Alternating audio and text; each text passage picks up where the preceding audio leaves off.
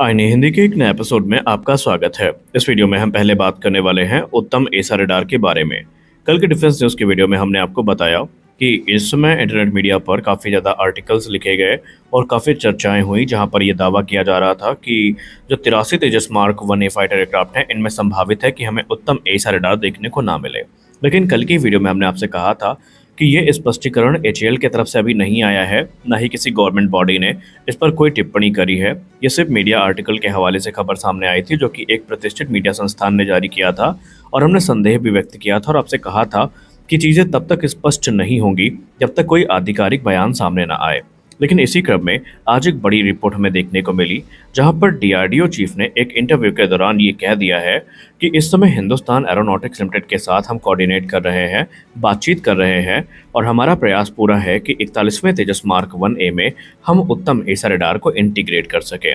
यानी कि वो रिपोर्ट जो थी जिसमें कहा जा रहा था, वो अभी भी पूरी तरीके से सत्य नहीं है। हो सकता है कि उसको समझने में लोगों से गलती हुई हो, लेकिन इस बात से भी हम इनकार नहीं कर सकते कि 2018 में 83 इल्टा ELM 2052 एसा रडार का कॉन्ट्रैक्ट साइन किया गया था। प्रयास पूरा किया जा रहा है कि उत्तम एसा रडार को हम तैयार कर लें और तेजस में डिप्लॉय करें। हालांकि आपको बता दें कि भले ही हमें 83 तेजस मार्क 1A में ये प्रोग्राम स्ट्रगल करता नजर आ रहा हो, लेकिन जो एडिशनल 97 जेट्स आने वाले हैं, जिन्हें संभावित है कि तेजस मार्क 1B के नाम से डेजिग्नेट किया जाएगा, उन सभी में ये रडार सिस्टम हमें देखने को मिलेगा। और आपको बता दें कि इस समय हम इस बात से भी इनकार नहीं कर सकते कि ये प्रोग्राम अपने डिप्लॉयमेंट से अभी 1 से 2 वर्ष की दूरी पर है। और ऐसे में हम ये बात एक्सेप्ट कर सकते हैं कि तकरीबन 1.5 साल में अगर हम ये टाइमलाइन लेके भी चलें, तो यह वही दौर होगा जब हिंदुस्तान एरोनॉटिक्स लिमिटेड अपना 41वां या 42वां तेजस मार्क 1A रोल आउट कर रही होगी, और उसी दौरान संभावित है कि हमें जो उत्तम एसा रडार है वो देखने को मिले। अब हमें फर्दर क्लैरिफिकेशन के लिए एचएएल के आधिकारिक स्टेटमेंट का इंतजार रहेगा, वहां पर चीजें और अच्छे से सामने आएंगी। हमारी अगली बड़ी अपडेट भी डीआरडीओ को लेकर करके है, और डीआरडीओ ने एक ऐसा बॉम्ब फोड़ा है जिससे इस समय हर डिफेंस एंथुजियास्ट काफ़ी शौक में है। लेकिन इसके भी दो पहलू हैं जिस पर हमें विचार करना होगा। अगर आप इंटरनेट मीडिया पर एक्टिव हैं, तो आपने अब तक टर्मैक मीडिया हाउस की तरफ से जारी की गई जो एक रिपोर्ट है, जहां पर डीआरडीओ चीफ के वक्तव्य में उन्होंने कंफर्म किया कि जो कावेरी इंजन है, ये फिलहाल तेजस के लिए अब डेड हो चुका है। जी हाँ, डीआरडीओ का जो इंडिजिनस कावेरी इंजन प्रोग्राम है, अब ये तेजस के लिए डेड हो चुका है।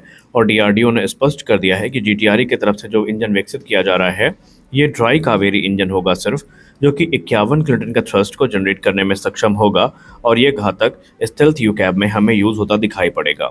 उसके बाद से लोगों में रोष, निराशा और क्रोध की भावना काफ़ी ज़्यादा देखने को मिली है। लेकिन हमें यहाँ पर कुछ चीज़ें हैं जिनको अंडरस्टैंड करना होगा, और उसके बाद हो सकता है कि जो अनुमान हमारे हैं वो भविष्य में सही हों। इसके बाद लगातार लोगों के प्रश्न आ रहे थे कि जो भविष्य के कावेरी वेरिएंट थे उनको लेकर क्या कावेरी इंजन खत्म होने का मतलब ये है कि अब हमें इंडिजिनस इंजन देखने को नहीं मिलेगा। देखिए, यहाँ पर अगर आप ध्यान से इस स्टेटमेंट को समझें तो शायद ये बात हमको पहले से पता थी।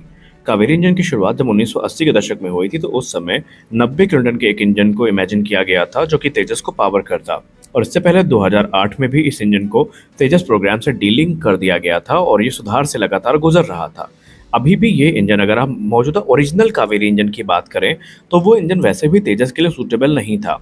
अभी तक जो बयान भी सामने आ रहे थे उसमें यही कहा जा रहा था कि जब ड्राई कावेरी सर्टिफाइड हो जाएगा, तो एक आफ्टर बर्नर मॉड्यूल के साथ कावेरी इंजन को जो लिमिटेड सीरीज प्रोडक्शन है उनसे टेस्ट किया जाएगा, और उसके बाद जो नया कावेरी इंजन प्रोग्राम है वो इनिशिएट होगा। कहीं भी डीआरडीओ ने ये नहीं कहा कि भविष्य में जो इसका स्केल अप वेरिएंट है वो हमें देखने को नहीं मिलेगा।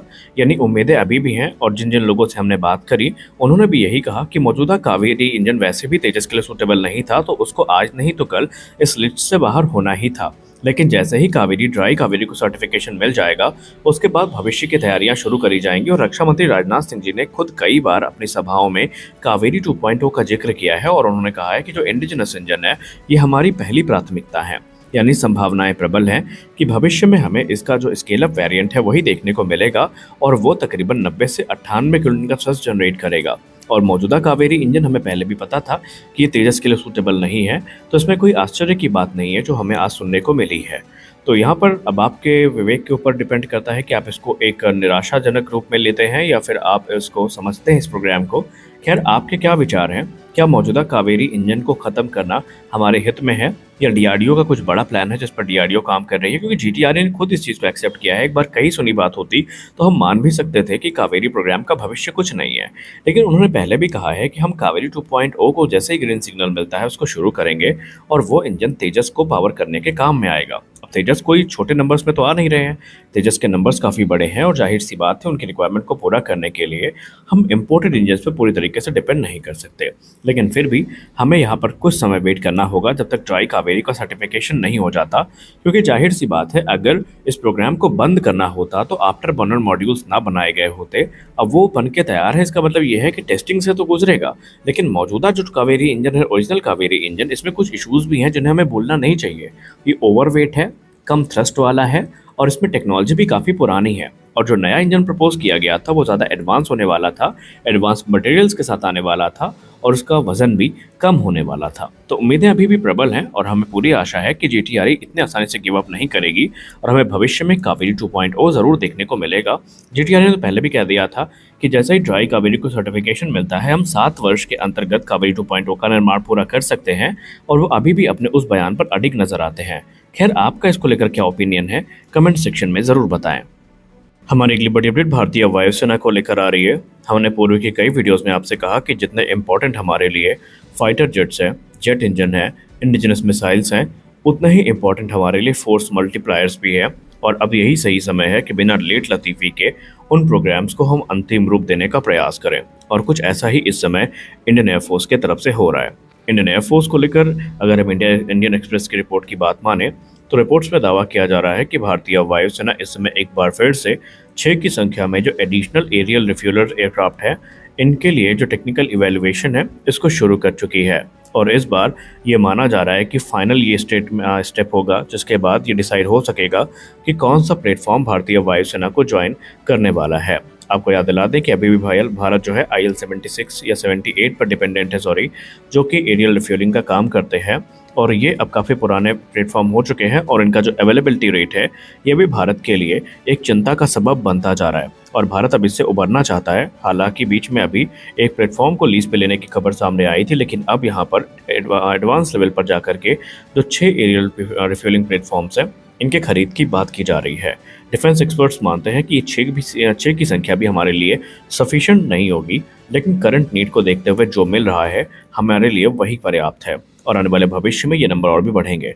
लेकिन दुख की बात यह है कि पहली बार ऐसा नहीं हो रहा है कि जब टेक्निकल इवैल्यूएशन इनके शुरू हो रहे हो, इसके पहले भी किए जा चुके हैं, लेकिन उनका कोई निष्कर्ष नहीं निकला और लोगों के मन में एक ही प्रश्न है कि आखिरकार हम बार बार सेम प्लेटफॉर्म के लिए क्यों टेक्निकल इवैल्यूएशन कर रहे हैं और समय को बर्बाद कर रहे हैं। अगर डिसीजन लेना है तो हमें तत्काल लेना होगा। ये प्रोसेस 2007 से चल रहा है और आज तक इस पर कोई भी बड़ा निर्णय हमें देखने को नहीं मिला।